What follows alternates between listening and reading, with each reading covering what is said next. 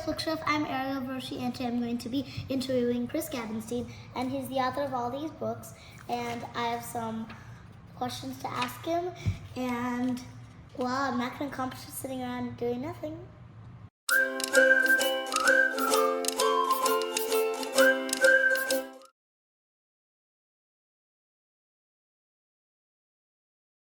Hello, sir. Hi, how are you doing today, Ariel? I'm doing great. How are That's you? good. I'm doing very good. I just went to a bookstore and signed some books for some kids, so that's always fun. That sounds amazing. That sounds really And fun. I hear sirens in the background. Don't worry, they're not coming from me. I just live in New York City. So can you start by introducing yourself, telling us a bit about your background and what inspired you to become a writer? Well, my name is Chris Grabenstein, and I was born in Buffalo, New York, which is up near Lake Erie. So it snows from Halloween until Mother's Day.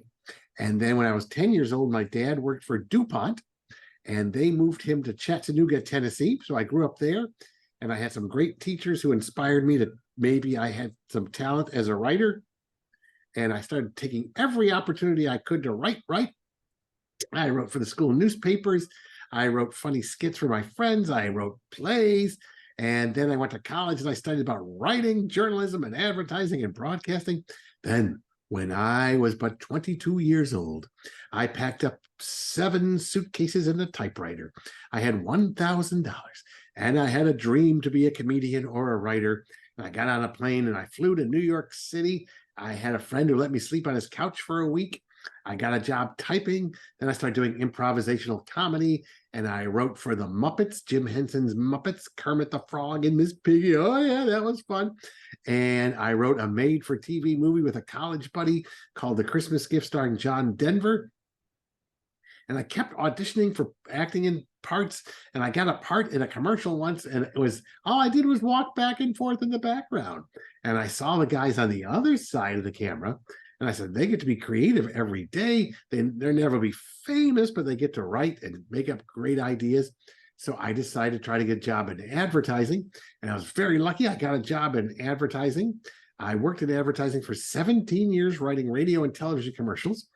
And my first boss, the creative director, his name was James Patterson. You ever heard of James Patterson? Oh yes, James Patterson was also the author of Middle School, Worst Years of My Life. He and I have done 36 books together, but back in 1984, he and I were writing Burger King commercials about flame broiled Whoppers.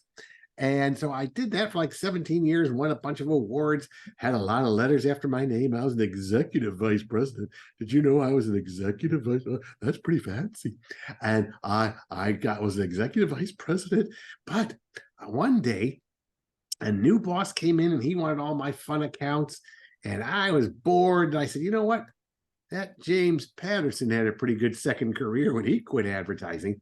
So I quit my job. I was a high paid executive at one of the largest advertising agencies on the face of the earth. And I just quit. I went home and I started writing books. But for 4 years, everything that I wrote was rejected. Even my grocery lists were rejected at the supermarket. They said, you could do better than that. Go back and rewrite that. So I wrote 4 books that nobody wanted to publish. Finally, in 2005, my first book was published, and it was a mystery for adults called Tilt-A-Whirl, and it won an award for the best first mystery. Then a few years later, I started writing books for kids. A few years after that, I started writing books with James Patterson. Now, 2005, now it's 2023. In the past 18 years, I've had 76 different books, plays, and short stories published. That's my life. Well, that was certainly very interesting. Yeah. And I see that over here it says Chris Grabenstein just might be the smartest writer for kids in the universe. He puts comments on every one of your books, and I think he's great. Yeah, he does. That's called a blurb. And that's very nice when authors do that. Some people ask me sometimes to blurb their books, and I needed his help to blurb that. And he said such a nice thing about me being the smartest writer for kids in the universe. That blurb's on every book now. And I think that's very true, because I would have never actually thought of a kid who ate jelly beans and is now the smartest kid in the universe. That is very imagining. You might have, because one of your questions was about daydreaming. That's all you got to do is daydream a little bit. And I was walking around and I thought about at Halloween, people used to give me Smarties. They're wrapped up in a plastic little tube and they're all pastel colored. And I did not like Smarties. I'd always say, couldn't you give me a Reese's peanut butter cup or something chocolatey instead? But I said to myself, and this is how stories get started. I said, what if I could eat a Smartie and become a smarty?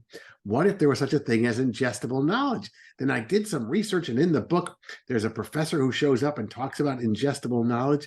That's based on a real professor. Professor Blackbridge. Yes, the real futurist name is Dr. Negroponte, and he's a professor at MIT because Negroponte means black bridge. You see what I did there? That's another one of your questions. That's Literally just translated. That's very smart. Yeah, I just translated that to a black bridge, and he actually predicted such everything that's in the book is kind of based on a talk that he gave.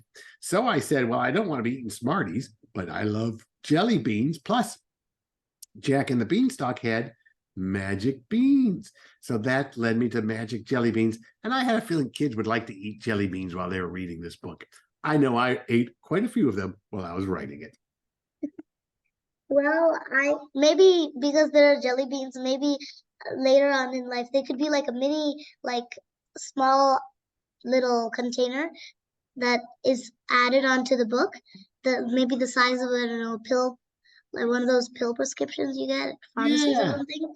And then there could be jelly beans. I did that when the book came out. I had a little promotion. Anybody who wrote to me, I would send them, if they pre-ordered the book, I sent them a bag of ingestible knowledge capsules. And it was a little 1 ounce or 2 ounce bag of jelly beans. I love your books, and thank you. It's really thoughtful of you to leave your job and write books. I think that was a great decision. Without that, we wouldn't have all these books. Oh, well, my wife might have disagreed those first couple of years when there was no money, but yeah, no, she was very supportive. And I see on the back of every single book, you do mention her and how she's the co-author. She's not just co-author of Sign, but also your first editor. Right. Everything I read, because she has a really short attention span.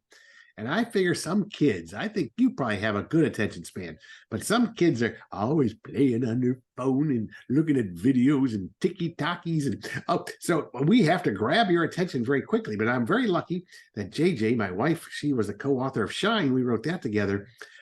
She has a very short attention span, so she'll read my books.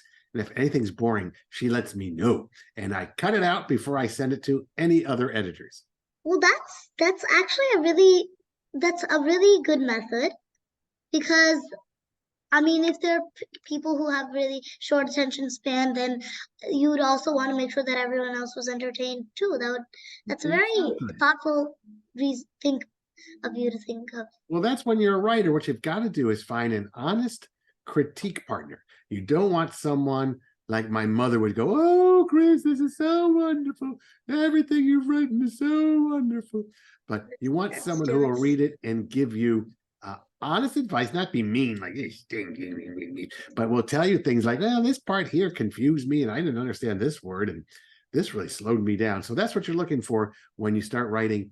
And for all you kids out there who are authors, look for honest critique partners. That's very good advice. Yeah. And so how did you come up with the character Kylie Keeley? Kyle Keeley was kind of based on me. I had the idea for Mr. Lemoncello, this wacky game maker who would maybe design a wacky library, but who would want to be in that library more than anyone? And that was someone who loved games. Well, who would love games? And I remembered back, because I have 2 older brothers who I could never beat at anything except when we played board games. Because when you're playing a board game, you know, a lot of it's the dice you roll, the cards you pick up. I love playing Sorry against my big brothers, where I'd land my pawn on their space and go, "Sorry," and send them all the way back to the beginning. So I said, what if there's a kid who loves games, because he's got 2 big brothers. So Kyle's got 2 big brothers, and he loves games because that levels the playing field. It's the one time in his life, if he's doing this indoor-outdoor scavenger hunt against his brothers, he has a chance to win. And a chance to think, should I win this game, or should I break the window and be grounded for a week and have 50 cents deducted from my allowance for the rest of the year? Yes, and he chose the latter.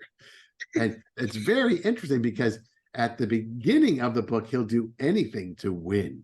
By the end, he'll do anything to help his team win, but he doesn't break the window. So he sort of learned like it's just winning for yourself isn't everything. It's winning as a team. And that's what we like to have happen in a story. I also think that you learned something else. You do not always have to break a window. No, you do not. Sometimes you just have to know how to solve the code on the lock and open the window. Or you just have to know how to spell read. Spoiler alert! Well, I mean, yes, read is just a random word. It is a word. That would be a good word to learn how to spell no matter where you were. Yeah. So did you come up with all the names in the book, or are some of them life-based? Most of some of them I make up, like Kyle Keeley. Once I knew who the character was going to be, I did some research. The book first came out, Escape from Mr. Lemonshell's Library, came out in 2013. And the kids were all supposed to be 12 years old. So that meant, do some math with me now, 2013, 12 years old. That means he was born in the year 2001. So I did a Google search. What were the most popular baby names for boys in the year 2001? And Kyle was in the top 10. So I kind of do that sometimes if I'm just making up a name. Some of the names, though, all the librarians in Escape from Mr. Lemonshell's Library are based on librarians who helped me. Sierra Russell was named after a reader who won a contest I did for my Haunted Mystery series. Miguel Fernandez, I was tutoring a fifth grader at my church, and his name was Miguel Fernandez.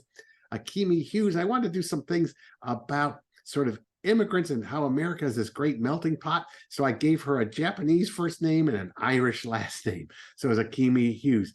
Haley Daly, I just made that one up because she's a cheerleader. So I wanted her name to sound like a cheer. It rhymes, right? Haley Daly. So that's how I did that one.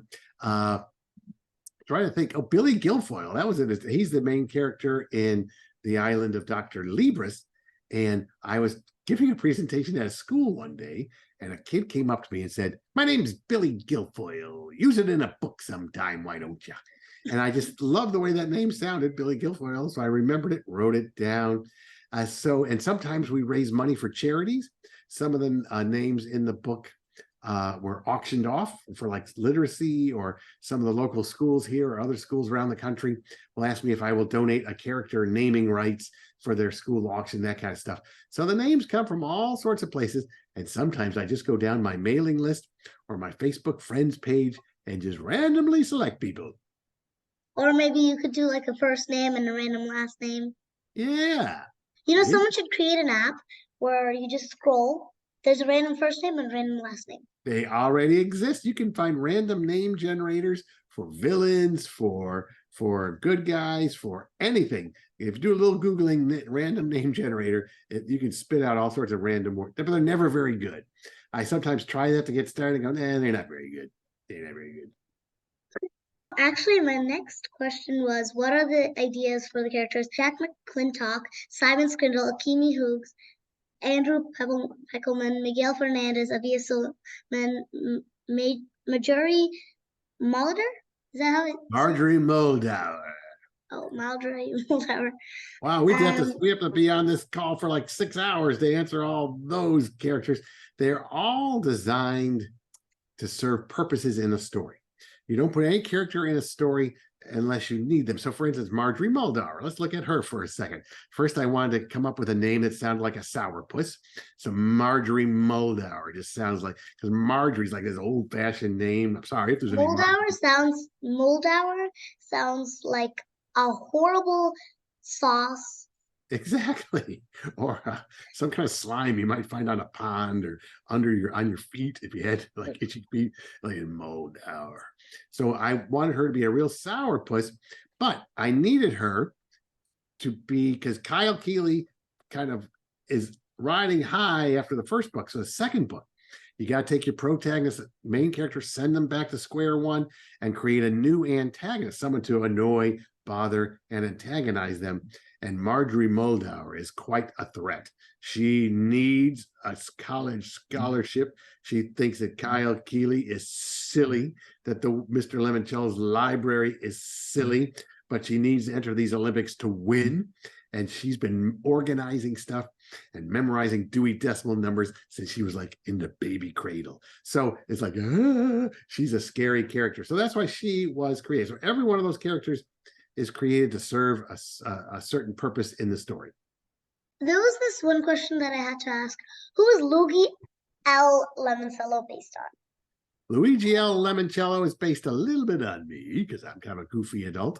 And also when I did improvisational comedy, I worked with the late Robin Williams, who I don't know if you know Robin Williams, who was Mrs. Doubtfire and was the voices of the genie in Aladdin. You'll probably see him as you'll start seeing some goofy movies and stuff. I got to do improv comedy with him. I got to work with Jim Henson, who was the creator of the Muppets.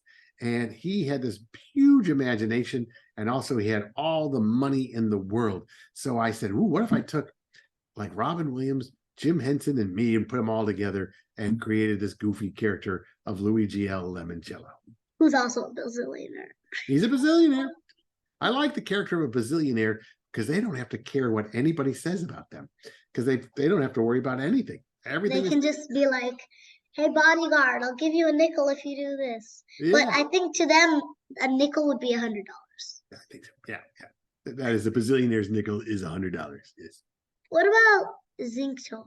Yanina Zinchenko. She was based, the name comes from a librarian in Knoxville, Tennessee, who helped me out a little bit. And I wanted to create a character who was the opposite of the stereotypical librarian. You know, the shh, be quiet librarian. When I was growing up, librarians always wore their hair in a bun, and they always wore their shirts always buttoned up like this. They were, be quiet, young man. You'll wake up the books. Don't make so much noise. So I wanted to make her this jazzy kind of librarian who always wore red and was high fashion. I think in the Mr. Lemoncello's Library Olympics, she shows up on a motorcycle. She's like just super cool. So it's like I wanted to take all the stereotypes of the staid and tweedy librarian and put them on their head. One more person that I have to ask yes. about. Chet Ramo. Chester Ramo. He's just sort of the very intelligent engineer fellow, and I named him in honor of my high school physics teacher, whose name was Chester Ramo. Well, I think that I really appreciate the way you find how to bring a lot of different people into the world. And I think those different people who are named after these characters, one day they're going to pick up this book and read it. And I think they're going to be very proud of themselves for asking you, especially that kid, Billy Guilfoyle. Yeah, he's probably in college now. Well, I still think he'd be proud. Yes. Is the island of Dr. Libris based on a daydream? On a daydream? No. I mean, everything's based on a daydream because I do a lot of daydreaming. That's what we writers do, is we walk around and we daydream a lot. But it was really based on, I was playing at the time. I don't do it anymore because they don't make the game I liked. But I had a PlayStation 3, and I was playing this video game called NCAA football. And every day after writing, that was my little reward. I would play a video game. And then I realized as I was playing, all I'm doing is going, is moving my thumbs back and forth. That someone else created the characters, someone else created the world, and I'm just kind of, and I'm using this much of my imagination. And I think that imagination is the most powerful thing that human beings have ever created. Everything in your room behind you there and behind me here did not exist until somebody imagined that it could. Like people used to sit on rocks or stumps, but then someone said, what if we made something we could sit in? We'll call it a chair. And everyone said, you're crazy, a chair? Yes, we'll make a chair. It'll be a device for sitting in. And then someone said, we will make a planter that not only is on the ground, but you can hang it above a door in a home so the plants can hang down. No, that's ridiculous. No, I think it could happen. So I was a big believer in the power of imagination. So the whole idea of that book was, what if there's those two magic words again? What if I took a kid and kind of completely isolated him, put him on an island on a lake in the middle of nowhere where there's no Wi-Fi, no cell signal, no DVD, no DVR, no computer, not even an old VHS tape machine. Then his first day, his phone gets broken and he's like moping around the house. And his mother says, Billy, what do you think kids did in the days before all these electronic gadgets? He says, I don't know, cried a lot. She says, no, they used their imagination. They made up stories. They made up games.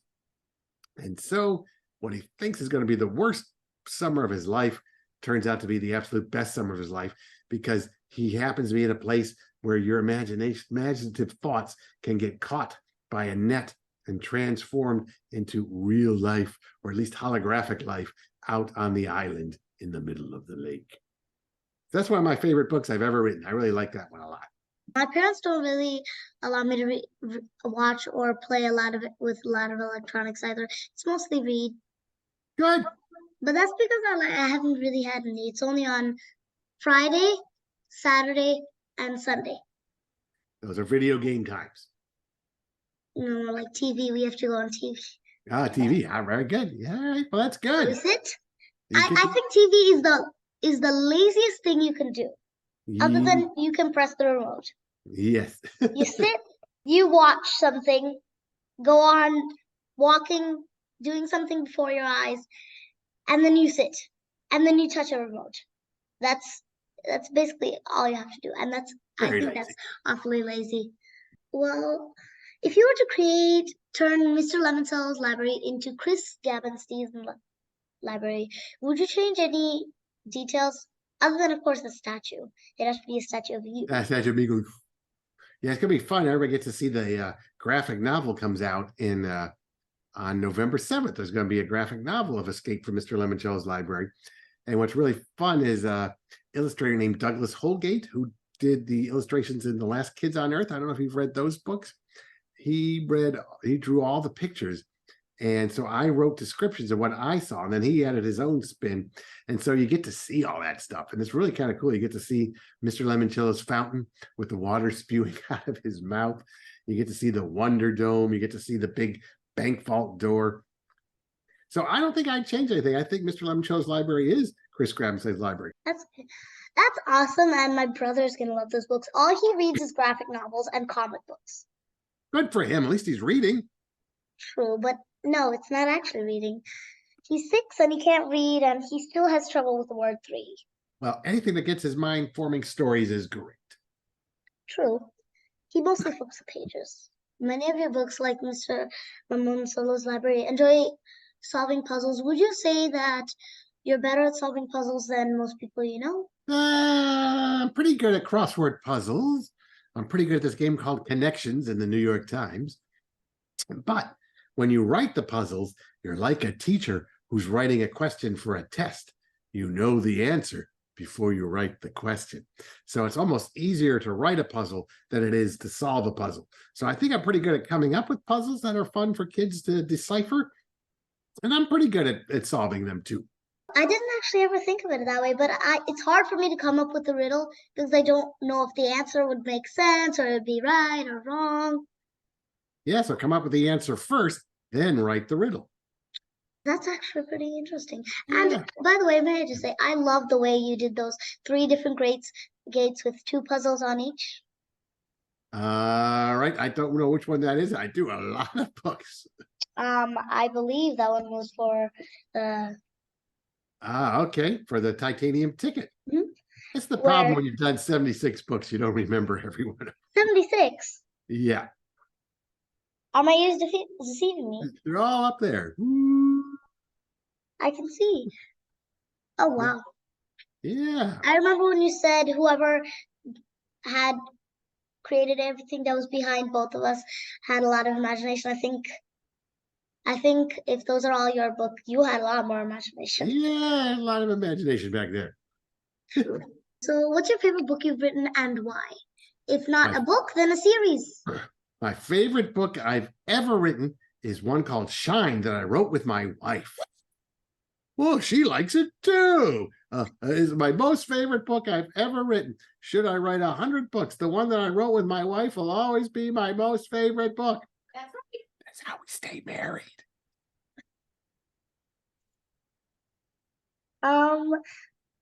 How do you come up with all those funny ideas for your story? I take a lot of walks. What you got to do if you're trying to write stories or come up with ideas is go for a walk without any earbuds or any distractions, and just go for a walk and think of and just let your mind go to work. And you'll be amazed what if you give your brain a chance, what it'll come up with. Actually, a few days ago when I was going to bed, the AC wasn't working, so I had to lay down on the pull-out bed. So then, for some reason, my brother's snoring. I don't know why, but he gave me an idea, and it had nothing to do with snoring. Oh, Nothing at good. all. So I have no clue why. I came up with an idea for a book. Only problem is my mind is full of a maze, and right then it was thinking about a dream where I was falling off a staircase with parachutes, and they Oh, fell hard. wow. That's So good. yeah, I forgot. Long That's why story you should short. always have little note cards and pens in all of your rooms and in all your drawers. And if you live somewhere where it's cold in the winter, make sure all of your pockets of all your coats have note cards and pens in them. And I'm always jotting things down. True. The only thing is, I think my brain works faster than my hands do. That's why I had to learn how to type. Because if you can type, then your brain will go right through your fingertips. True. Very true. Um, so the smartest kid in the universe, Jake McQuaid, becomes incredibly smart overnight. If you could have any superpower, what would it be? Flying, I think flying is the one everybody wants. That way, especially here in New York City, I could get through the crowds and the traffic. Just go. So I'd go for flying. Can you tell us about the process of writing this book? Well, it all starts with that what if, and then I write an outline, and then I always try to stick to the outline, but I always make things up as I go along. And so I do that, and if I try to write 1,000 or 2,000 words every day, and my books are like 40 or 50,000 words long, so it takes me like 40 days to write the first draft. But I'm not done when I write the first draft, because I know there's no such thing as good writing. There's only good rewriting. So I will actually every day I go back and I rewrite the 1,000 words I wrote the day before to get me back into the story. So by the time the book is done, every chapter, every page has been rewritten 30, 40 different times. And then when the whole thing's done, I know that the second draft equals the first draft minus at least 10%. You can always tighten it up at least 10%. Then when I'm done, I think, all right, this is pretty good. Then I give it to JJ, and she'll read it, and she'll sit with it in a notepad and take all sorts of notes, and we'll go over it together, and I'll make some more cuts. Then I'll send it to my editor, who's like a teacher, and I send my manuscript to my editor, and she'll send me like an 8 or 9 page single space letter telling me all of her comments. And I'll make some changes, and I'll send it back to my editor. Then she'll send me another letter, maybe 6 or 7 pages long this time, with more comments. I'll make more changes. I'll send it back to her. She'll send me another letter, 3 or 4 pages long this time. They keep getting shorter and shorter. I'll make a few more changes, and then we'll go back and forth, maybe 5 times altogether. Then the copy editors get involved, and they know all about punctuation and grammar and continuity and things, and they'll make notes, and I'll make those changes. Then designers will get, it goes up. Yes. Escape from Mr. Lemonshell's Library. I worked on that book for 2.5 years, and I rewrote 50% of the entire book 8 different times. 8 times, 50%, 8 times. Yes. Yes, there's a lot of rewriting involved in writing. That is very true. That's basically like 400 times. 400%, basically. Yes, it's almost like I could have written 4 books at the same time. Wow. Okay. So now I know that my book is not gonna be finished in 5 years. It's gonna if this much of a book will take only like 2.5 years, which is actually pretty much. I don't think my book will take that long. Hopefully. All right. Well, keep working on it and show it to people and get honest reactions. What message or theme do you hope readers would learn from the Lemoncello series? From the Lemoncello series, I hope that kids will learn that learning can be fun. That if you think about Escape from Mr. Lemoncello's Library, this, it's almost like they're doing a research project. They got to research this library and try to come up with an alternate way out. So it's almost like a homework assignment, but it's a game at the same time. So I'm a big believer, if you take learning or anything that could be a task to any job, for any job to be done, there is an element of fun, to quote Mary Poppins. So that's why I hope that the kids will take away, and also that we are all stronger when we work together.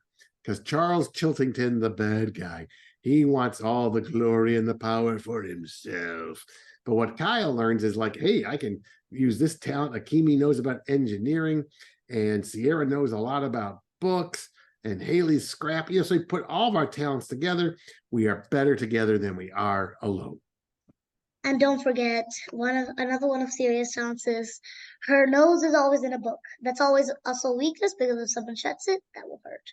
Yes, it would.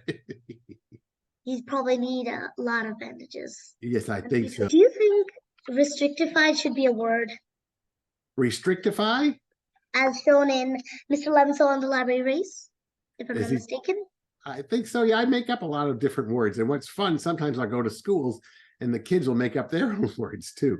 So yeah, restrictify, as long as people can kind of figure out what we're talking about, then it's a good word. True. If you could give one piece of advice to kids who are being authors, what would it be? I would say always write as if nobody wants to or has to read anything you've written, that you have to earn your reader's attention with every sentence you write.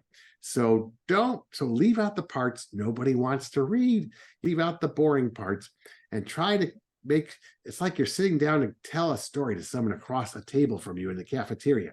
And you don't know that person, so they're not going to stay because they're your friend. But you have to grab their attention and tell your story in such a way that they don't want to leave the cafeteria until you get done. Well, actually, that's actually really inspiring.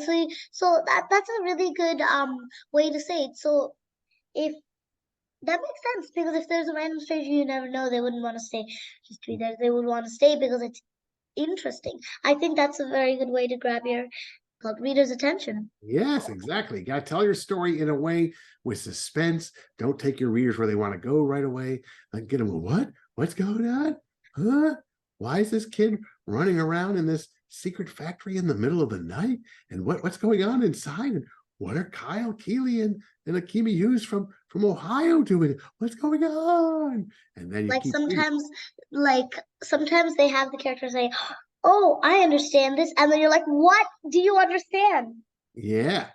So that's good. That makes me wait long. Yes. Or maybe just a few more words. You could travel back in time and give yourself one piece of advice. What would it be?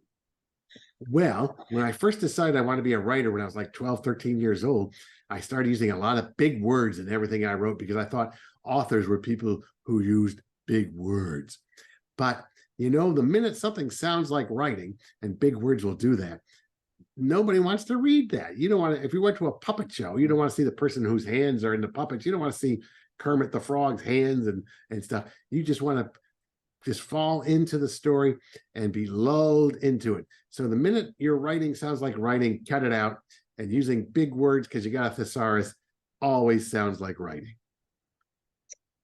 So you're basically saying that it doesn't have to, it cannot sound like writing. It has to sound like something you're imagining, basically, so that you don't want to run away and be like, oh, it's just a book. This is a book. This is an actual book. Right. Exactly. So what do you enjoy doing for fun? For fun, I like watching movies. I like going for walks. I like rubbing my cat's butts from time to time. And yeah, just going to see plays and museums here in New York City is fun too. Well, that sounds like you have a lot of personal interests. Yes, we do. Are you planning to write more books? Yes, my wife JJ and I are working on a new series for younger readers for kindergarten to like second called Stinky Stories, all about a stuffed skunk in a library who will help you use your imagination to come up with an alternate ending to any story. And there's going to be another Lemoncello book next year, Mr. Lemoncello's Fantabulous Finale. There'll be another Lemoncello graphic novel next year. We're doing the second book, Mr. Lemoncello's Library Olympics. And I'm working on a book right now that's called, so far, I don't know if it's going to be called this when it comes out, Miss Penny Pickles' Mad Puzzle Dash. Come in, Mr. Penny Pickles' Mad Puzzle Dash. Miss Penny Pickle to you. Miss Penny Pickles' Mad Puzzle Mad Dash. Puzzle Dash. Well, I think you might need to shorten it down a tiny bit. Just a little bit.